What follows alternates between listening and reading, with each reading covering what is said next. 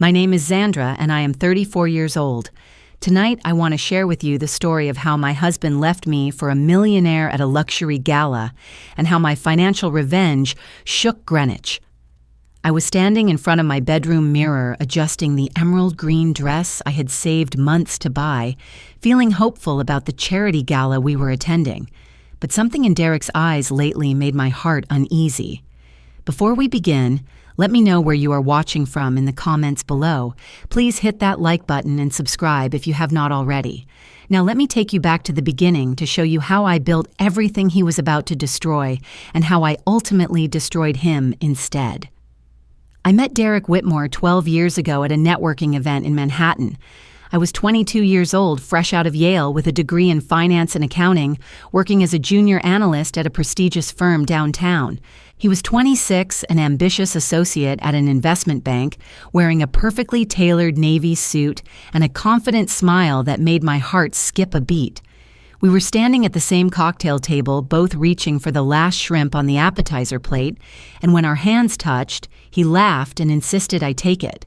That small moment of kindness, that willingness to give up something he wanted for a stranger, made me believe I had found someone special.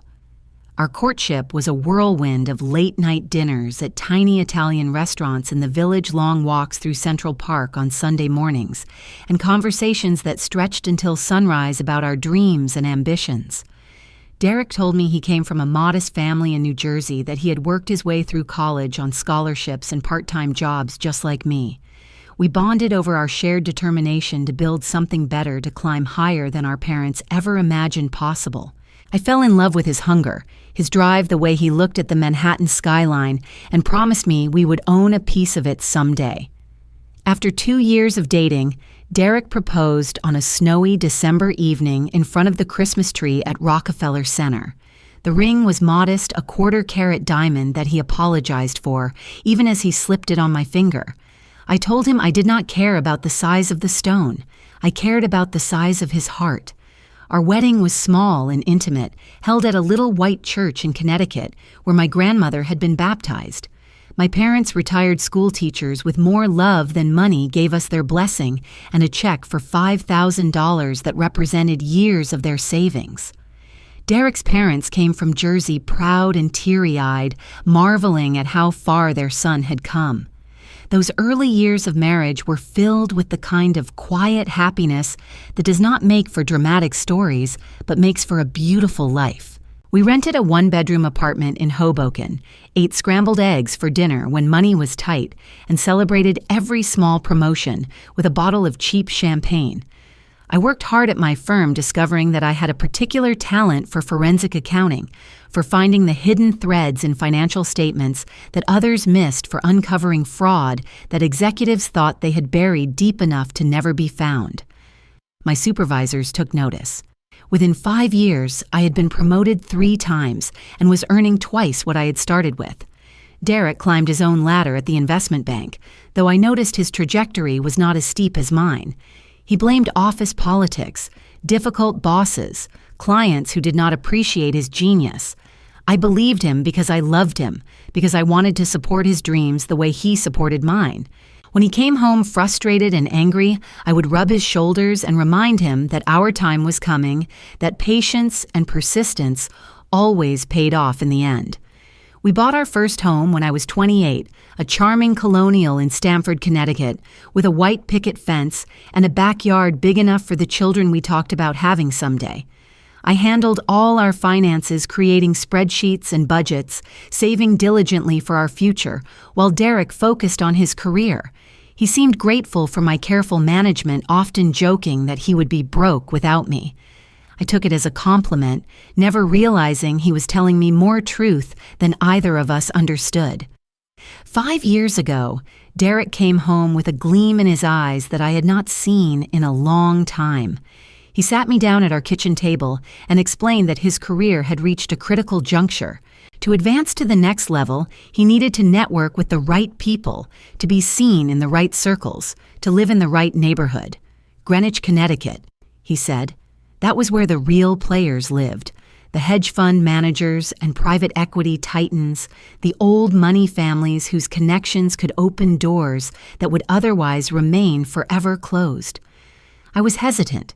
Our Stamford home was comfortable and paid off.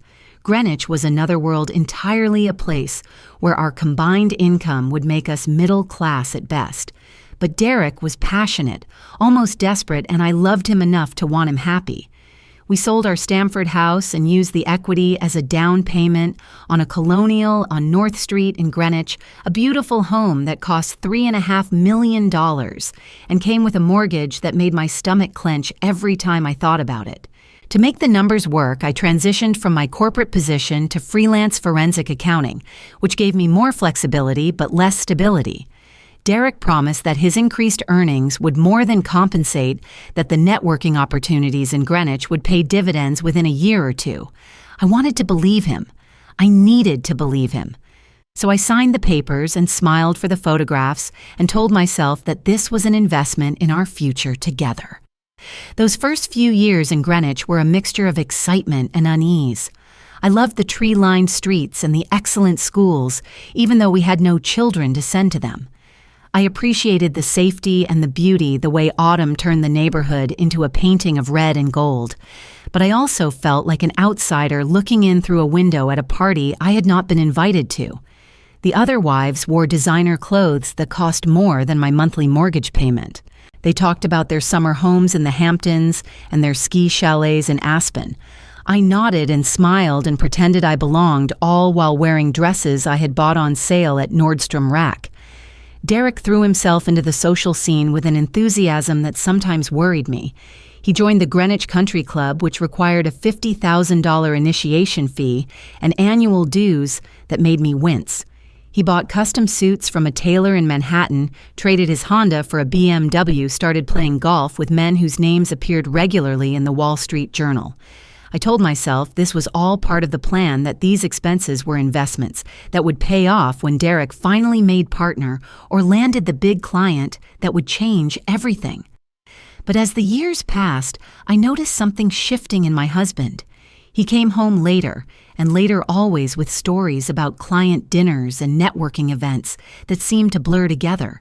He was less interested in our quiet evenings on the couch, more focused on the next party, the next opportunity, the next rung on the ladder he was so desperate to climb. When I tried to talk to him about it, he would dismiss my concerns with a wave of his hand and a condescending smile.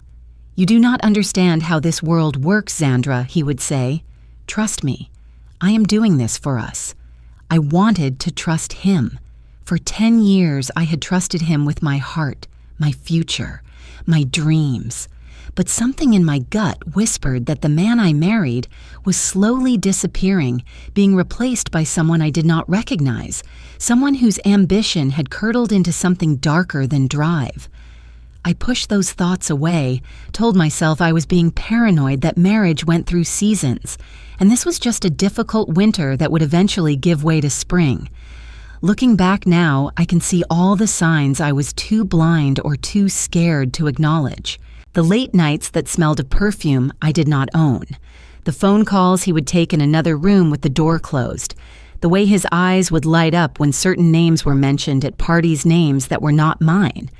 I was so busy trying to be the perfect supportive wife that I forgot to ask myself if my husband was still trying to be the perfect supportive husband. But I would learn the truth soon enough in the most humiliating way possible in front of 300 of Greenwich's most prominent citizens. And when I did, it would change everything. The first concrete sign that something was deeply wrong came 3 months before the gala that would change my life. It was a Tuesday evening in late September, and I was preparing dinner when Derek walked through the door carrying shopping bags from stores I had never seen him enter before. Brioni, Tom Ford, Turnbull, and Asser. Names that represented thousands of dollars in clothing, purchased without any discussion or mention of our budget. I asked him about the bags, trying to keep my voice light and curious, rather than accusatory. He shrugged and said his old suits were looking tired, that he needed to upgrade his wardrobe if he wanted to compete with the big players. When I pointed out that we had not budgeted for this expense, he gave me a look that made me feel small and unsophisticated. Some investments do not fit neatly into spreadsheets, Xandra, he said. You of all people should understand that. The comment stung more than I wanted to admit. I was the one who had managed our finances for over a decade, who had stretched every dollar and saved diligently for our future. And now my husband was treating my concern as evidence of my inability to see the bigger picture. I let it go, telling myself that one shopping trip did not mean anything, that Derek was just under pressure and taking it out on me in small ways. But the shopping trip was just the beginning. Over the following weeks, Derek started going to the gym every morning before work, something he had never done in all the years I had known him. He hired a personal trainer, a muscular young man named Trent, who texted Derek workout plans at all hours of the day and night. When I teased Derek about his sudden commitment to fitness, he did not laugh the way he used to. Instead, he looked at me with something close to disdain and said he was tired of letting himself go, that a man in his position needed to look the part. His phone became a fortress password protected and always face down on whatever surface it rested on. When I asked why he had changed his code, he said it was a requirement from his company for security purposes that client information needed to be protected. It sounded reasonable enough, but something about the way he said it too quickly, too smoothly, made my skin prickle with unease. I started paying closer attention after that, noticing details I had previously overlooked or explained away. The way Derek would excuse himself to take calls during dinner, stepping out onto our patio with his voice lowered to a murmur. The receipts I found in his jacket pockets for restaurants where we had never eaten together, always for two people. Always on nights when he claimed to be working late. The subtle shift in his cologne, a new scent that was richer and more expensive than anything he had worn before. 2 months before the gala, we attended a cocktail party at the home of Harrison and Beatrice Crawford, one of the most established families in Greenwich. Their mansion sat on 4 acres of manicured grounds, and the party was a showcase of old money and new ambition, mingling under crystal chandeliers. I wore my best dress, a navy blue number that I had bought for a conference 3 years earlier, and tried to ignore the pitying glances from women whose jewelry alone could have paid off our mortgage. That was the night I first met Priscilla Langford. She entered the party like a queen arriving at her court, wearing a crimson dress that hugged every curve and diamonds that caught the light with every movement. She was 29 years old, the heiress to the Langford fortune, which included a chain of boutique hotels stretching from Boston to Miami and real estate holdings that spanned most of New England. Her family had been wealthy for 4 generations, the kind of money that did not need to prove itself because everyone already knew. I watched her work the room, kissing cheeks and accepting compliments with the practiced grace of someone who had been the center of attention since birth. She was beautiful in a polished, perfect way that made me acutely aware of every flaw I had spent my life learning to accept about myself. Her blonde hair fell in waves that looked effortless, but probably required hours of professional styling. Her skin was flawless, her teeth impossibly white, her laugh musical and confident. When she approached our small group, I noticed Derek straighten up beside me, adjusting his posture and smoothing his tie with nervous fingers. Harrison Crawford made the introductions, and Priscilla extended her hand to Derek, first holding his gaze a beat longer than necessary, before turning to acknowledge my existence. "Oh, you are Derek's wife," she said, her tone carrying a note of surprise that felt deliberate. "He talks so much about his work, I almost forgot he was married." The words hit me like a slap wrapped in silk. I forced a smile and replied that Derek was indeed very dedicated to his career, but that I was always there supporting him behind the scenes. Priscilla's eyes flickered over me, assessing my dress, my shoes, my jewelry, finding everything lacking. She gave me a smile that did not reach her eyes and turned her attention back to Derek, asking about some investment opportunity he had apparently mentioned at a previous event I had not attended. I stood there feeling invisible, while my husband and this woman discussed things I knew nothing about, their conversation peppered with inside jokes and references to dinners and parties where I had not been present. When Derek finally excused us to get drinks, I asked him how he knew Priscilla so well. He waved off my question dismissively. "She is a potential client," he said. Her family is looking to restructure some of their holdings. It is business, Xandra, nothing more. I wanted to believe him. I spent the rest of the evening trying to believe him, even as I watched him find excuses to drift back to Priscilla's orbit, even as I caught her touching his arm while laughing at something he said, even as I saw the way they looked at each other when they thought no one was watching. The drive home that night was quiet. I stared out the window at the dark Connecticut roads and told myself I was imagining things that jealousy was making me see connections that did not exist. Derek was ambitious, yes. Priscilla was beautiful and rich, yes. But my husband loved me. We had built a life together. One conversation at a party did not erase 10 years of marriage, but the doubts had taken root and they refused to be silenced. In the weeks that followed, I found myself awake at odd hours lying in bed while Derek slept beside me, wondering if the man I had married was still the man lying next to me. I started noticing the nights when he came home smelling faintly of a perfume that was not mine, a floral scent with notes of jasmine and something I could not identify. I found a receipt for flowers delivered to an address in New Canaan, not our home, not his office, somewhere else entirely.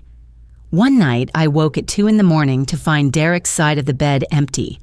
I padded downstairs in bare feet and found him in his study talking on the phone in a voice I had never heard him use with me, soft and intimate and full of laughter.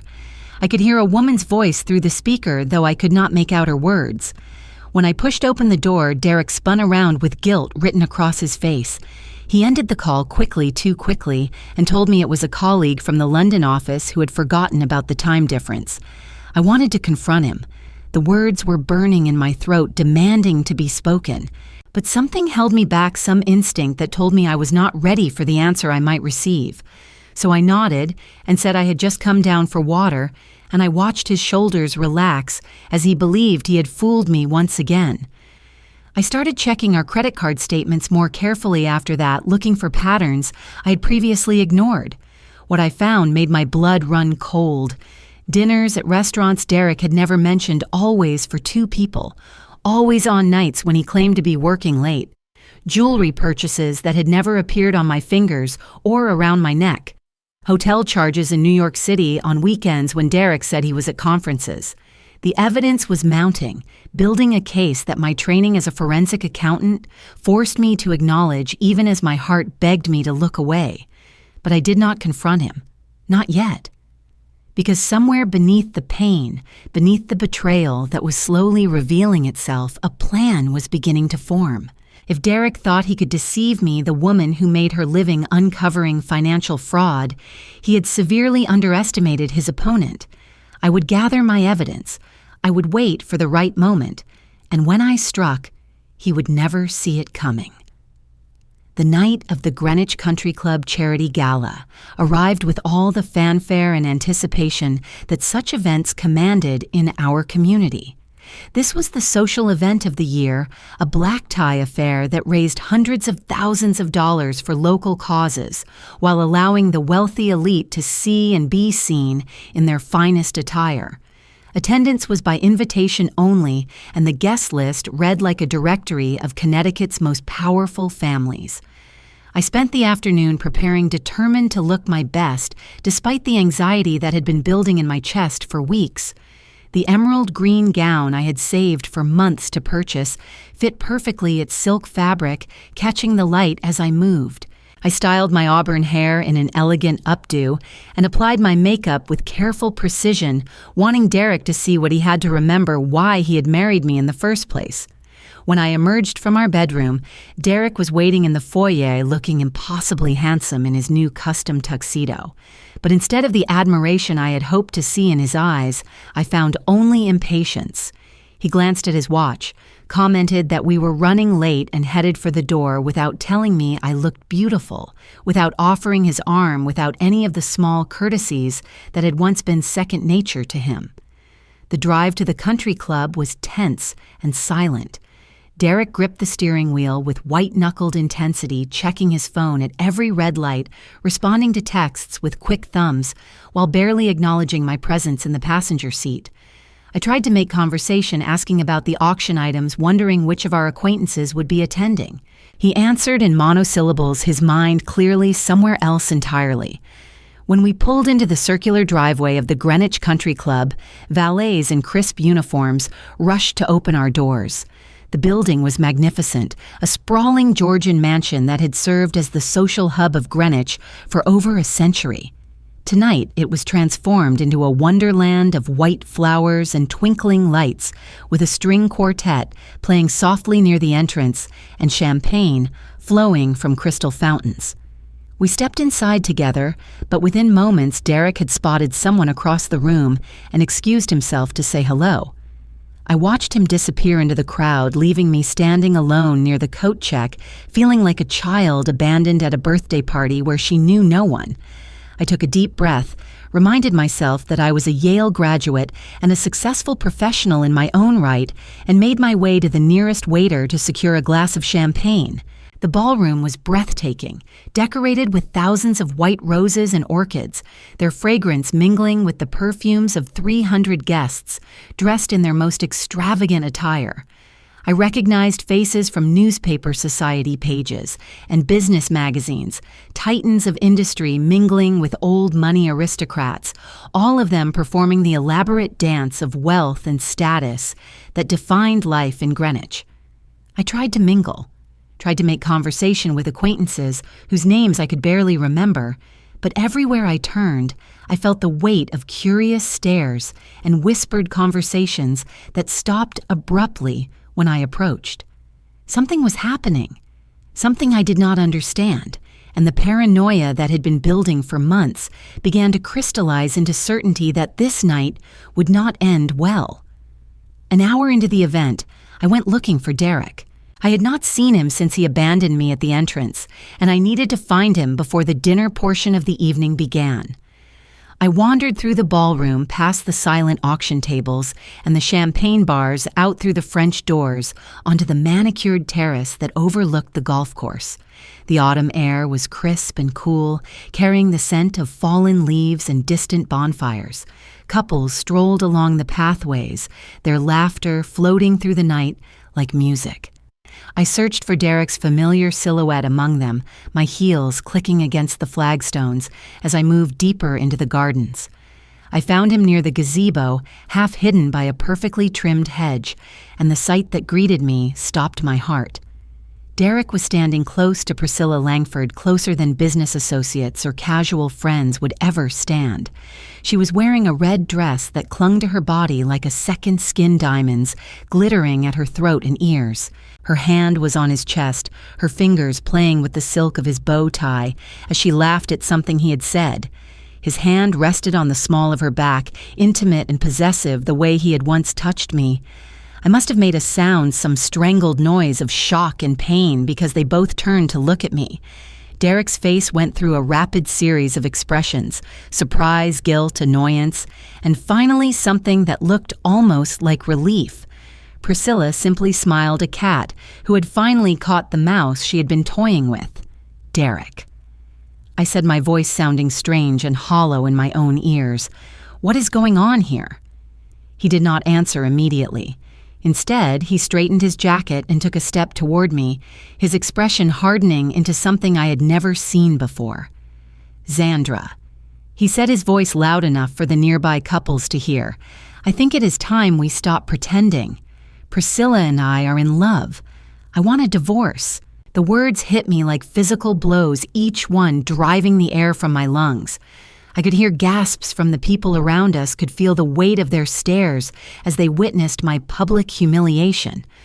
My legs felt weak, my vision blurring at the edges as the reality of what was happening crashed over me like a wave.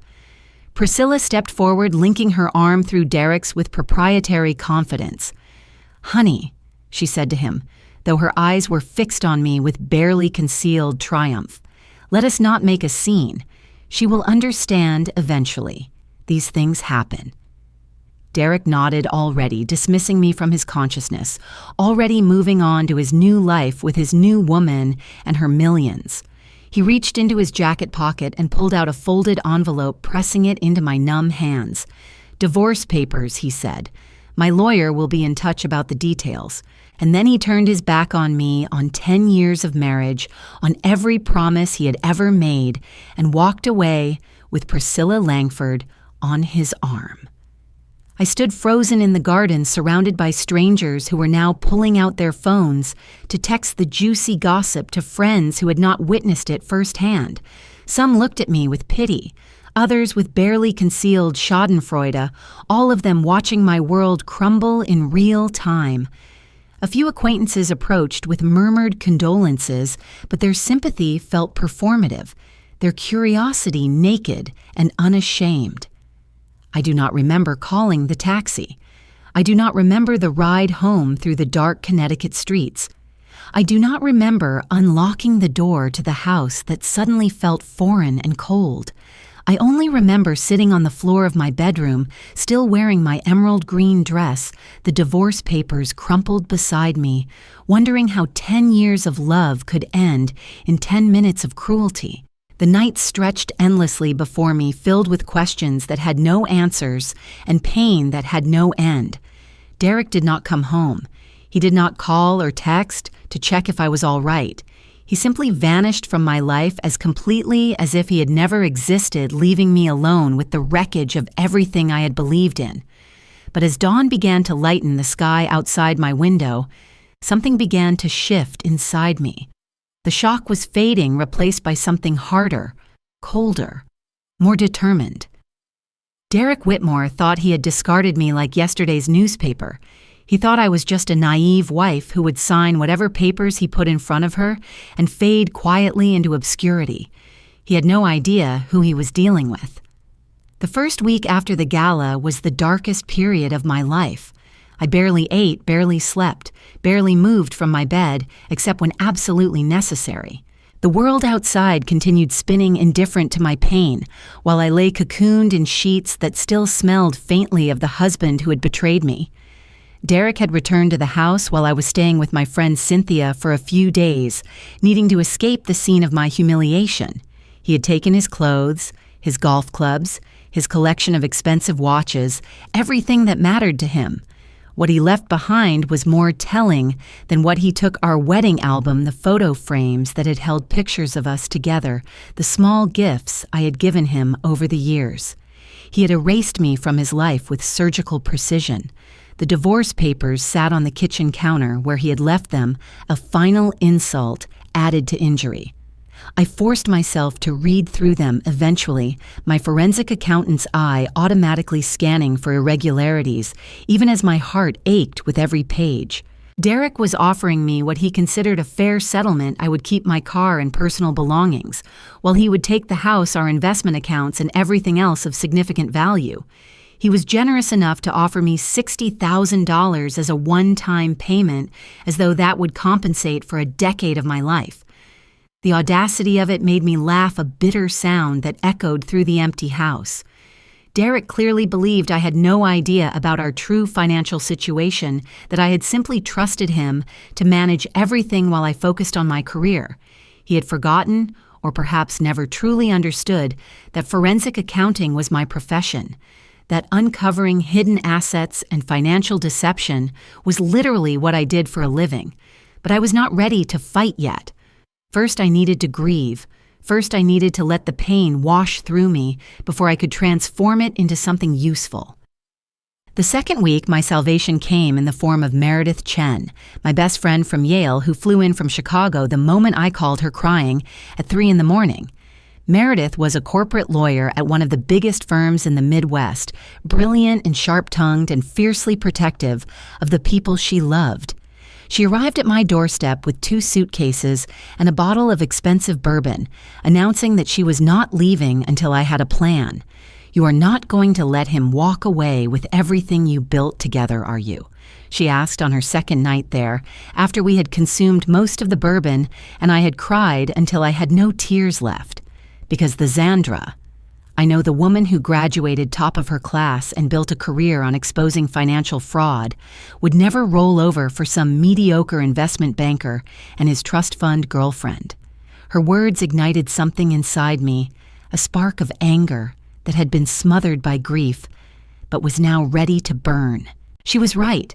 I had spent my entire career uncovering secrets that powerful people wanted to keep hidden.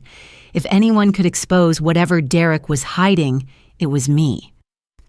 The next morning, I woke up with a clarity I had not felt in weeks. While Meredith worked remotely from my guest room, I began my investigation. I started in Derek's home office, a room he had always kept locked when he was away, citing the confidential nature of his work. It took me less than 5 minutes to pick the simple lock, a skill I had learned from a locksmith I had consulted during a previous fraud investigation. The office was immaculately organized, every paper in its place, every drawer neat and labeled. Derek had always been meticulous about his workspace, a trait I had once admired.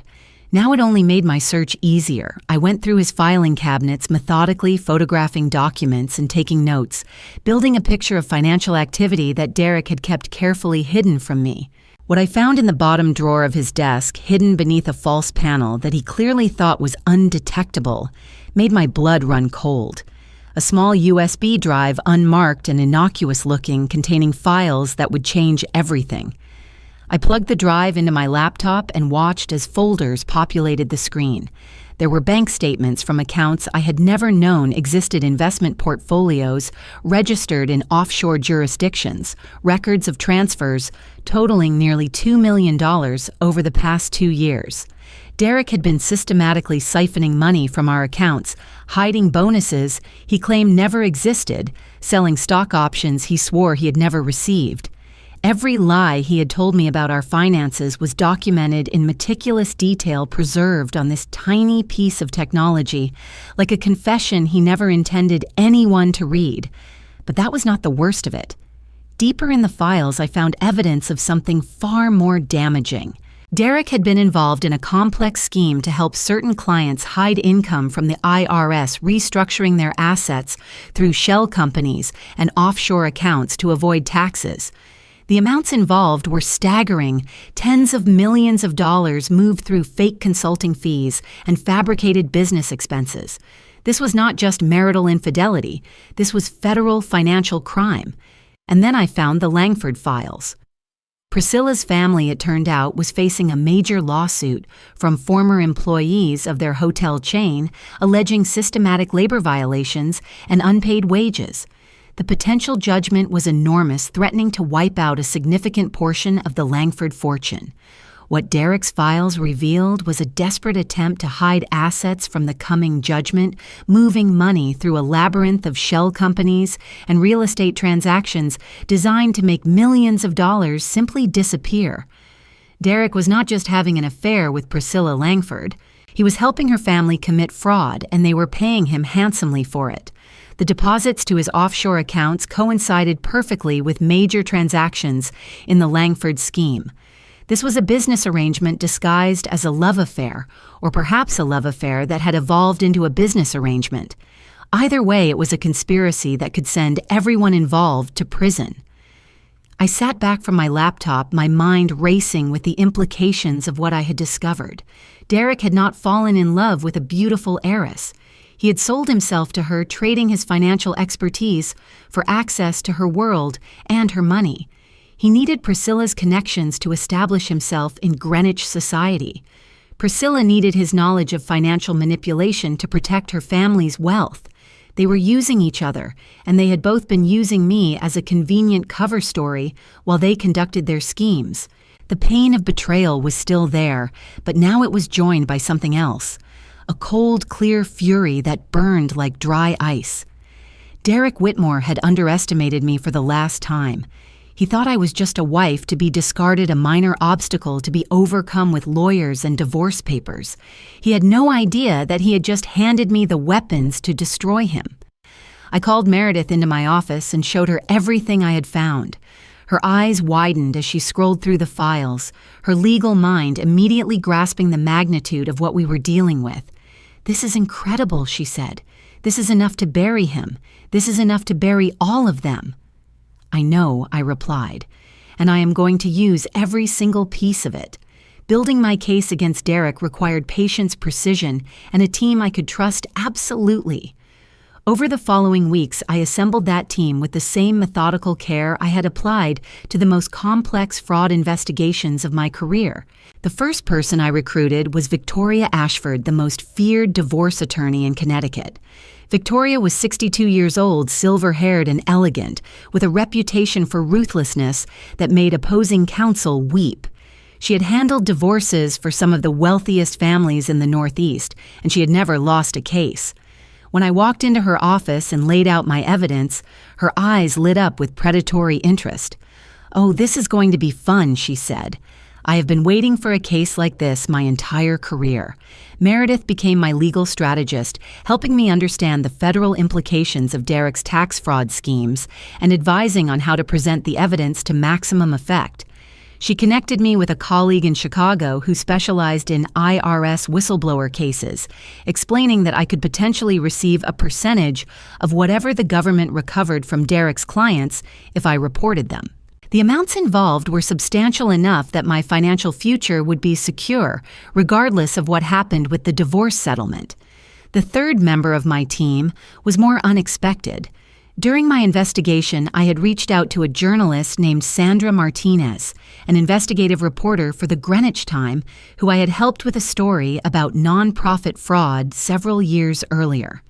Sandra was hungry for her next big story, and when I explained what I had uncovered about one of Greenwich's most prominent families, she practically trembled with excitement. "The Langfords have been untouchable for decades," she told me. "If you can prove what you are saying, this will be the biggest story this town has ever seen." With my team in place, I began the painstaking work of organizing my evidence into a case that would be impossible to refute. Every document was authenticated, every transfer traced, every lie cataloged and cross-referenced. Victoria prepared legal filings that would expose Derek's hidden assets and demand their inclusion in the divorce settlement. Meredith helped me prepare a comprehensive report for the IRS documenting the tax evasion schemes in exhaustive detail. Sandra began her own investigation, corroborating my findings with independent sources and preparing a series of articles that would expose the Langford family's fraud. During this time, I also discovered the full extent of Derek's deception regarding our own finances. He had forged my signature on documents, taken out loans in my name without my knowledge, and listed me as a guarantor on investments I had never agreed to. The man I had trusted with my life had been systematically exploiting that trust for years, using my good credit and my reputation to further his own schemes. The night before we were scheduled to file our first legal motions, I sat alone in my living room staring at the stack of documents that represented my revenge. The house was quiet, the only sound the ticking of a grandfather clock that had belonged to my grandmother. I thought about the woman I had been a year ago, so certain of her marriage, so blind to the betrayal growing under her own roof. That woman was gone now, replaced by someone harder, wiser, more determined. I thought about Derek probably sleeping peacefully in whatever luxury apartment Priscilla had set him up in, confident that his discarded wife would sign his papers and disappear quietly into obscurity. He had no idea that a storm was coming, a storm he had created with his own greed and arrogance. Tomorrow he would begin to understand just how badly he had underestimated Zandra Whitmore. My mother had told me something before she died of cancer 3 years ago, something that had stayed with me through every challenge and setback. "Zandra," she had said, holding my hand with fingers grown thin and fragile from illness, "you are stronger than you know. Never let anyone make you feel small." I had spent the last decade making myself small for Derek, shrinking to fit into the life he wanted, diminishing my own accomplishments so that he could feel more successful. Those days were over. Tomorrow I would show him and everyone else exactly how strong I could be. I went to bed that night with a heart that was calm and cold and absolutely certain of what I had to do. The woman who had cried on her bedroom floor after the gala, that woman existed only in memory now. In her place was someone new, someone forged in the fire of betrayal, someone who was ready to fight. The preliminary hearing for our divorce and asset dispute was held in the Stamford Superior Court on a gray November morning. I arrived early with Victoria Ashford at my side, both of us dressed in conservative suits that projected competence and control. The courthouse was modern and imposing, its marble halls echoing with the footsteps of lawyers and litigants seeking justice or mercy. Derek arrived 15 minutes late, accompanied by a legal team from one of New York's most expensive firms. He was wearing a new suit, darker and more expensive than anything he had owned during our marriage, and he carried himself with the arrogance of a man who believed he had already won. Priscilla was there too, sitting in the gallery with her blonde hair perfectly styled and her diamonds glinting under the fluorescent lights. She looked at me with barely concealed contempt, already confident in her victory. The judge was a stern woman in her 50s named Patricia Coleman, known for her no-nonsense approach to domestic cases and her particular distaste for financial dishonesty. As we took our places at our respective tables, I caught Derek's eye across the room. He smirked at me, the same condescending expression he had worn whenever I questioned his decisions during our marriage.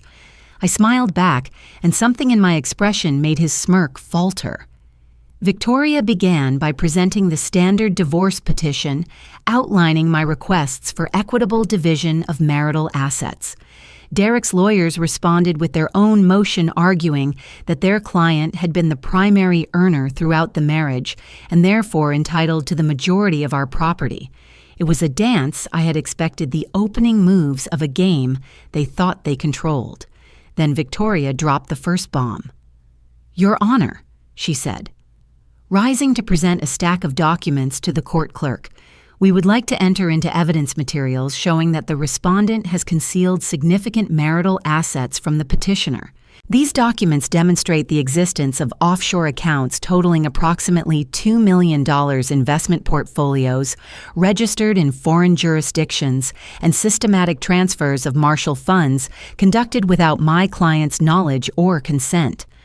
Derek's face went pale as the clerk distributed copies of the evidence to his legal team. I watched his eyes scan the documents, watched recognition dawn as he realized that his carefully hidden secrets were no longer hidden. He turned to look at me, his expression shifting from confusion to anger to something that looked almost like fear. But Victoria was not finished. "Additionally, Your Honor," she continued, "we have evidence that the respondent forged my client's signature on multiple financial documents, including loan applications and investment agreements. This constitutes not merely marital misconduct, but potential criminal fraud. We are requesting that the court impound all of the respondent's assets, pending a full investigation into his financial activities." The courtroom erupted into murmurs. Priscilla's composed expression cracked her eyes, darting between Derek and his lawyers as she tried to understand what was happening. Derek's lead attorney requested an immediate recess to consult with his client, his own face showing the shock of a man who had just realized his case was built on quicksand. Judge Coleman granted a 30-minute recess, and Derek stormed out of the courtroom without looking at me. I watched him go, feeling a satisfaction that was cold and complete. This was just the beginning. The IRS report had already been filed. Sandra Martinez's first article would appear in tomorrow's paper. By the time Derek understood the full scope of what I had done, it would be far too late to stop any of it. When court reconvened, Derek's attorneys requested a continuance to review the new evidence. Judge Coleman granted them 2 weeks, but warned that she expected full disclosure of all assets at the next hearing. She also granted Victoria's request to freeze Derek's domestic accounts, pending investigation, leaving him temporarily unable to access his regular funds. The real fireworks began the next morning when Sandra's article hit the front page of the Greenwich Time. The headline read, "Local investment banker accused of tax fraud scheme involving prominent Greenwich family." The article detailed Derek's involvement in hiding assets for wealthy clients, his relationship with Priscilla Langford, and the federal investigation that had been triggered by an anonymous whistleblower report. It named names, cited documents, and included quotes from legal experts about the potential criminal penalties involved. Within hours, Derek's firm issued a statement announcing his immediate termination. His professional reputation, so carefully cultivated over 2 decades, disintegrated overnight. The colleagues who had celebrated his success now rushed to distance themselves from his disgrace. The clients he had helped cheat the government began hiring their own lawyers, preparing to cooperate with investigators in exchange for leniency. Priscilla Langford cut him loose within a week. Her family's attorneys issued a statement claiming she had no knowledge of any fraudulent activities and had ended her relationship with Derek immediately upon learning of the allegations. I heard through mutual acquaintances that she had moved to their family estate in Palm Beach, fleeing the scandal that had engulfed Greenwich society. Derek, meanwhile, found himself increasingly isolated. The luxury apartment Priscilla had provided was no longer available. His former friends returned his calls with silence. The man who had publicly humiliated me at the country club Gala was now the subject of whispered gossip and pointed avoidance at every social gathering in town. But I took no pleasure in his suffering. That surprised me, actually. I had expected to feel triumphant, to revel in the destruction of the man who had betrayed me. Instead, I felt only a quiet sense of justice being served. Derek had made his choices. The consequences were his to bear. The final divorce hearing took place 3 months after that first court appearance. By then, the IRS investigation had resulted in criminal charges against several of Derek's former clients and a civil case against Derek himself for his role in the schemes. His financial resources were decimated by legal fees, and his bargaining position had collapsed entirely. Judge Coleman ruled in my favor on every significant point. I was awarded the Greenwich house, which I would later sell by choice rather than necessity. I received 70% of our marital assets, with the remaining 30% subject to federal claims. Derek was ordered to pay restitution for the forged documents and the unauthorized loans he had taken out in my name. The man who had tried to leave me with nothing was now facing bankruptcy, criminal prosecution, and complete social ruin. I walked out of that courtroom into a sunny February afternoon, feeling lighter than I had in years. Victoria shook my hand and told me it had been an honor to represent me. Meredith was waiting on the courthouse steps with flowers and champagne. Sandra Martinez was already working on a follow-up article about the case, one that would paint me not as a victim, but as a woman who had refused to be victimized. I stood in that winter sunlight and breathed deeply, tasting freedom on the cold air. The worst thing that had ever happened to me had become the catalyst for the best thing I had ever done. Derek Whitmore had tried to destroy me, and in doing so, he had given me the opportunity to discover just how strong I really was. 6 months after the final divorce decree, I stood on the deck of my new home in Westport, watching the sun set over Long Island Sound. The house was smaller than the Greenwich mansion, a shingled cottage perched on a gentle hill overlooking the water. But it was mine, bought with money I had earned and fought for, and every room was filled with peace instead of pretense. The healing had not happened overnight. There were still mornings when I woke reaching for someone who was not there, still moments when a song or a scent would transport me back to happier times that I now knew had been built on lies. But day by day, the pain had faded, replaced by something gentler, softer, more forgiving. I had sold the Greenwich house within months of the divorce, unable to bear the memories that clung to every corner. The proceeds, combined with my share of the marital assets and the whistleblower reward from the IRS case, left me more financially secure than I had ever been during my marriage. I did not need to work for money anymore, but I discovered that I needed to work for purpose. I opened my own forensic accounting firm specializing in cases involving women facing complex divorces. Meredith became my business partner, handling the legal side while I focused on the financial investigations. Together, we helped dozens of women uncover hidden assets and protect themselves from spouses who thought they could lie and cheat their way to unfair settlements. Every case felt like a small act of justice, a way of ensuring that other women would not have to endure what I had endured. The friendships I had cultivated in Greenwich mostly faded after the scandal, but I discovered that I did not miss them. Those relationships had been built on status and proximity, not genuine connection. In their place, new friendships emerged deeper and more authentic. Women I met through my work neighbors who did not care about my past old college friends, who had always valued me for who I was rather than who I was married to. I started doing things I had put aside during my marriage activities that Derek had dismissed as unimportant or inconvenient. I took yoga classes at sunrise. I learned to cook elaborate meals just for myself, savoring the process as much as the result. I adopted a rescue dog, a scruffy terrier mix named Watson, who became my constant companion on long walks along the beach. A year after the divorce, I met Marcus at a financial conference in Boston. He was a professor of economics at MIT, a quiet man with kind eyes and a genuine laugh. We started as colleagues, then became friends, then something more. I was cautious, unwilling to rush into anything that might end in another betrayal. But Marcus was patient, understanding that trust had to be rebuilt brick by brick, and he never pushed for more than I was ready to give. We have been together for 6 months now, and for the first time in years, I believe that happiness is possible. Not the naive happiness of my first marriage built on illusions and wishful thinking. Something more mature, more grounded, more real. Marcus knows my story, knows what I have survived, and he loves me not despite my scars, but because of the strength they represent. As for Derek, I hear occasional updates through the legal grapevine.